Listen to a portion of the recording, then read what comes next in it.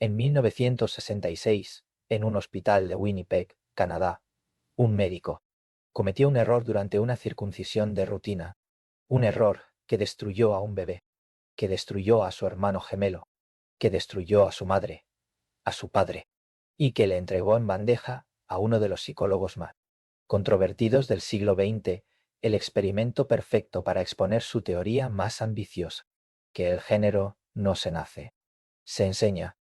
Esto lo decidió un psicólogo de Harvard. La historia de cómo esa teoría se construyó sobre una mentira y de lo que le costó a una familia. En los próximos minutos vas a conocer la historia completa de cómo un error médico, un psicólogo sin escrúpulos y 30 años de silencio académico se combinaron para fundar uno de los campos más controversiales de la medicina moderna, la reasignación de sexo en menores. No te voy a dar una opinión política, te voy a dar los hechos, los documentados, los verificables. Y al final vas a entender por qué este caso específico, el de un bebé canadiense llamado Bruce Reimer, cambió para siempre los protocolos médicos sobre identidad de género en niños de todo el mundo, un tema que se ha discutido durante décadas, cuyo inicio apresurado comenzó muy mal. Para entender lo que pasó, primero hay que entender quién era John Money y por qué el mundo científico de los años 60 lo escuchaba con tanta atención. Money nació en Nueva Zelanda en 1921. Creció en una familia evangélica conservadora, un detalle que algunos biógrafos señalan como posible motor de su fascinación de toda la vida por la sexualidad humana y sus límites. Estudió psicología en la Victoria University de Wellington. Se graduó en 1943 y cruzó el Pacífico para hacer su doctorado en Harvard. 4 años después, en 1952, terminó su tesis doctoral con un título que ya decía mucho de sus ambiciones intelectuales: Hermafroditismo, una investigación sobre la naturaleza de una paradoja humana. Al año siguiente, en 1953, se incorporó al cuerpo docente de la Johns Hopkins University en Baltimore, Maryland. Allí construiría toda su carrera, 50 años de investigación, publicaciones, alumnos y poder institucional. En Johns Hopkins fue profesor de psicología médica y pediatría y fundó la unidad de investigación psicohormonal, el primer laboratorio del mundo dedicado específicamente al estudio científico de la identidad sexual. En 1955, Money acuñó el término rol de género, un concepto que no existía antes de él, y lo introdujo en el vocabulario de la medicina desde el Departamento de Psiquiatría, Pediatría de Johns Hopkins, donde trabajaba con pacientes intersexuales. Su tesis central se puede resumir en una imagen muy simple.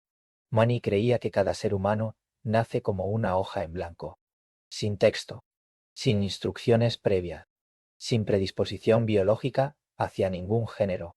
Era la sociedad, la familia, la crianza, quienes escribían en esa hoja, quienes decidían qué iba a ser ese niño, quienes moldeaban, desde afuera hacia adentro, toda la fe, identidad sexual de la persona. Si la hoja era blanca, entonces se podía escribir lo que uno quisiera. Y si se podía escribir lo que uno quisiera, entonces un niño podía ser criado como niña, con la intervención correcta, a tiempo, y eso sería suficiente. Era una idea seductora para la ciencia, porque ponía a ley, ser humano en control de algo que siempre se creyó inmutable. Para la política, porque sugería que las diferencias entre hombres y mujeres eran puramente culturales, y por tanto, corregibles. Y para los médicos, porque les daba carta blanca para intervenir quirúrgicamente en niños con genitales atípicos sin demasiado escrúpulo ético. Money se convirtió en figura de portada. Sus ideas aparecieron en revistas científicas de primer nivel y en medios masivos. Era el hombre que había resuelto el enigma del género.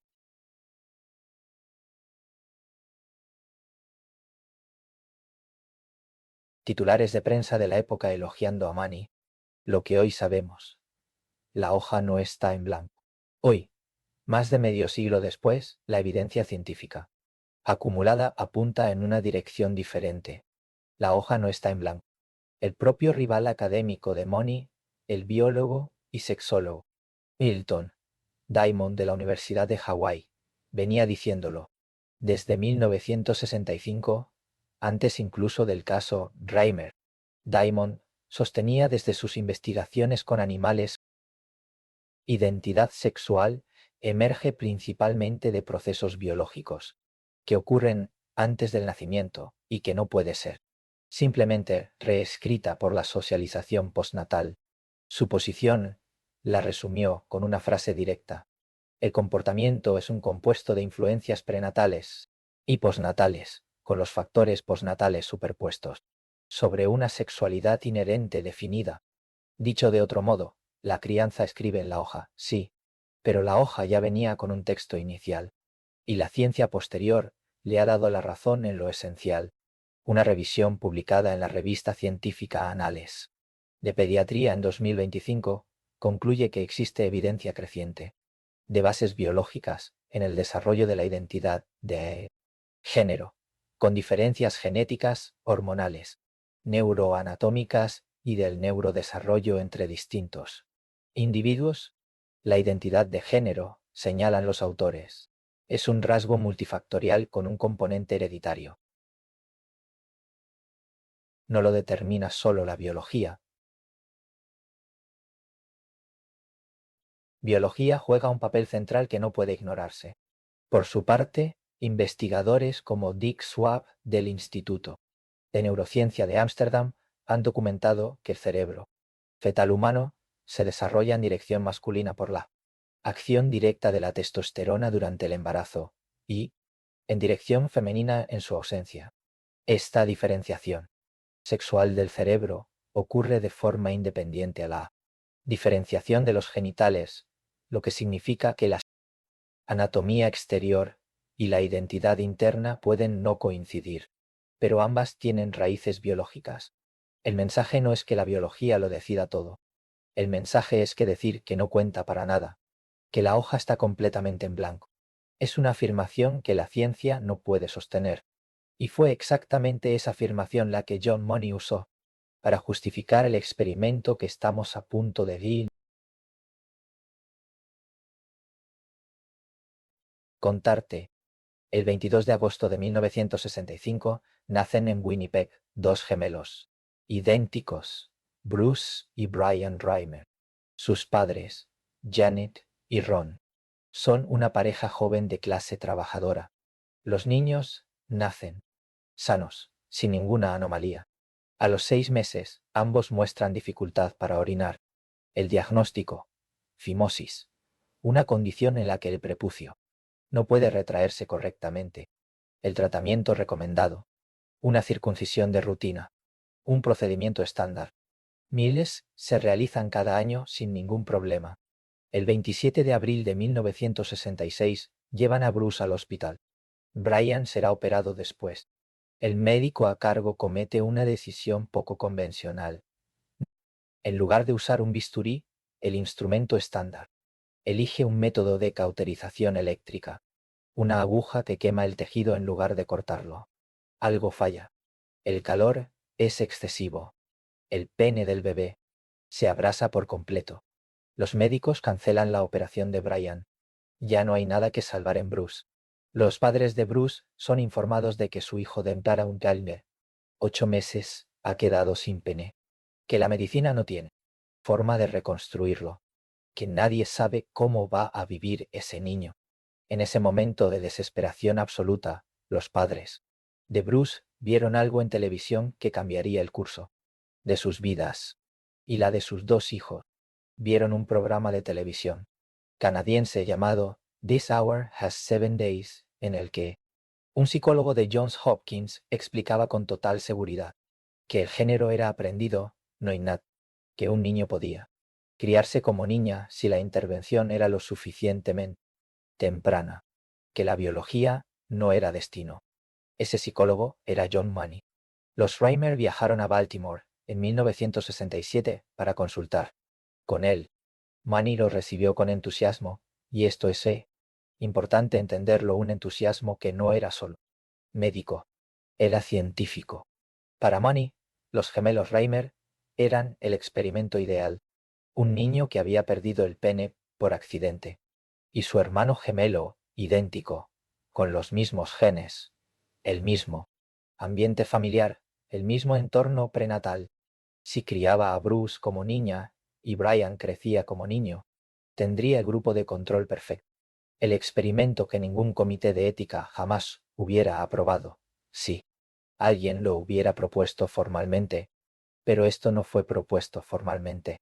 Fue una consulta médica, y Money convenció a los padres de que era lo mejor. A los 22 meses de edad, Bruce Reimer fue sometido a una orquidectomía, la extirpación quirúrgica de los testículos.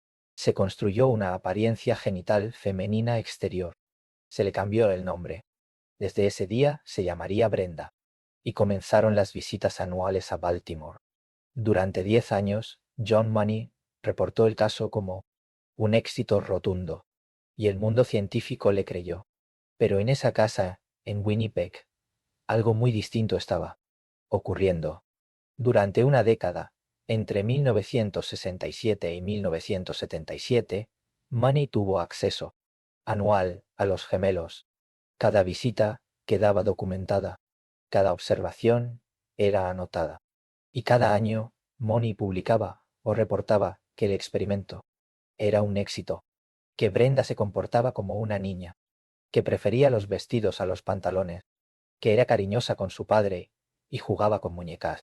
En 1972 publicó el libro Man y Woman, Boy y Girl, junto a su colaboradora Anke Hart, donde usó el caso de Brenda como prueba central de su teoría. El libro fue aclamado. Money apareció en portadas.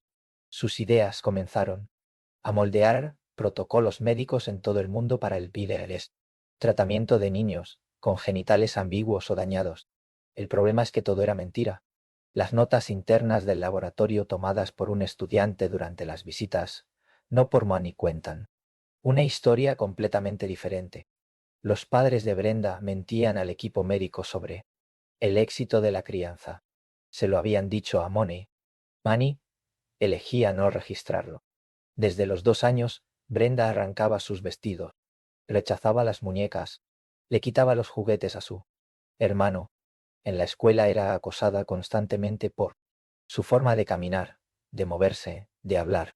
Sus compañeros no la llamaban niña rara, la llamaban directamente niño. A los 13 años, Brenda le dijo a sus padres que se suicidaría antes de volver a ver al doctor Money. Money dejó de publicar sobre el caso, sin anunciar ningún fracaso, sin retirar ninguna conclusión. Simplemente dejó de hablar de Brenda y la comunidad científica, que había construido política médica sobre ese caso, no preguntó por qué. Mientras tanto, en Winnipeg, los padres de Brenda tomaron la decisión más difícil de sus vidas. Y lo que le dijeron a su hijo de 14 años lo cambiaría todo. En 1980, cuando tenía 14 años, el padre de Brenda le contó la verdad. Todo. El accidente, la operación, el experimento, el nombre con el que había nacido Bruce. Brenda tomó una decisión en ese instante. Desde ese día, se llamaría David. Comenzó tratamientos de testosterona. A los 21 años, se sometió a una mastectomía doble y a 2 cirugías de faloplastia para reconstruir, en la medida de lo posible, un cuerpo masculino. En 1990 se casó con Jane Fontaine, madre soltera de 3 hijos, que se convirtieron en sus hijos adoptivos. Pero las heridas no cerraban. Su hermano Brian desarrolló esquizofrenia y depresión severa, en parte incapaz de procesar lo que había visto. Sufrir a su gemelo durante toda la infancia. Su madre intentó suicidarse. Su padre cayó en el alcoholismo. Y John Money continuó dando conferencias, recibiendo premios, siendo citado en manuales de medicina. Fue su rival académico de décadas, el sexólogo Milton Diamond de la Universidad de Hawái, quien no lo dejó pasar. Diamond había criticado la teoría de Money desde 1965, antes incluso del caso Reimer. Llevaba años sospechando que el experimento era un fraude. A mediados de los 90, Diamond localizó a David Reimer, ya adulto, casado, viviendo en un barrio obrero de Winnipeg, y le preguntó si estaría dispuesto a contar su historia para que otros niños no pasaran por lo mismo. David aceptó. En 1997, Diamond y el psiquiatra Keith Sigmundson publicaron en la revista Archives of Pediatrics and Adolescent Medicine el paper que destruyó la narrativa. The Money, reasignación de sexo al nacer, revisión a largo plazo e implicaciones clínicas. Documentaron, con evidencia clínica detallada, que Brenda nunca se había identificado como niña, que el experimento había sido un fracaso desde el principio, y que Manny lo sabía. El mismo año, Rolling Stone publicó el reportaje de John Colapinto que llevó la historia al público masivo. El New York Times, que 24 años antes había llamado al experimento de Money el avance más importante de la sexología desde el informe Kinsey, publicó ahora, en primera página, la rectificación. Money nunca admitió estar equivocado. No emitió disculpas. No retiró sus publicaciones. Murió en 2006 con 84 años de complicaciones por la enfermedad de Parkinson. Pero la historia de David Reimer no termina en 1997. Lo que vino después es, si acaso, más oscuro aún. Al principio de este video viste dos niños, gemelos. Brian murió el 1 de julio de 2002. Tenía 36 años. Sobredosis de antidepresivo. Sus allegados dijeron que nunca superó la culpa de haber salido ileso de la circuncisión, mientras su hermano gemelo no. David cuidó su tumba. Le dejaba flores. Le dejó también, en algún momento antes del final, una nota. El 2 de mayo de 2004, la esposa de David le dijo que quería separarse. David se fue de la casa. El 4 de mayo, la policía llamó a Jane. Le dijeron que habían encontrado a su marido, pero que él no quería que supiera dónde estaba. 2 horas después volvieron a llamar. David Reimer tenía 38 años. Quedémonos un momento con esta edad. Las cirugías experimentales de John Money, presentadas al mundo como un éxito durante más de 20 años, se realizaron sin el conocimiento ni el consentimiento de la persona sobre quien se realizaron. El experimento no tenía un sujeto, tenía una víctima. Y las consecuencias de ese experimento, los protocolos médicos que inspiró, los miles de procedimientos menores que justificó tardaron décadas en cuestionarse. No porque la evidencia no existiera, porque nadie quiso mirar. El caso David Reimer no es solo la historia de un médico que se equivocó o mintió. Es la historia de un sistema que prefirió creerle. Durante más de 20 años, revistas médicas, universidades de élite y comités de ética aceptaron los reportes de Money sin pedir seguimiento independiente, sin exigir replicación, sin preguntarle al paciente. El sesgo no era político en el sentido electoral del término. Era más profundo, era el sesgo de una comunidad científica, que quería que cierta teoría fuera verdad y que encontró en Money a alguien dispuesto a decirle que lo era. La buena noticia es que la ciencia también tiene mecanismos de corrección. Milton Diamond los activó. David Reimer los activó hablando, a pesar del costo personal enorme que eso tuvo. Y hoy, gracias en gran parte a ese caso, los protocolos médicos sobre intervenciones en menores son significativamente más cautelosos, más transparentes y más centrados en el consentimiento. Eso no devuelve nada a la familia Reimer, pero sí importa para los que vienen. Si esta historia te impactó, compártela, no por métricas, sino porque es una historia que merece ser conocida y que demasiada gente desconoce. Y suscríbete si quieres más videos donde miramos de frente los momentos en que la ciencia, la ética y el poder colisionaron y lo que podemos aprender de eso. Te dejo una pregunta para los comentarios.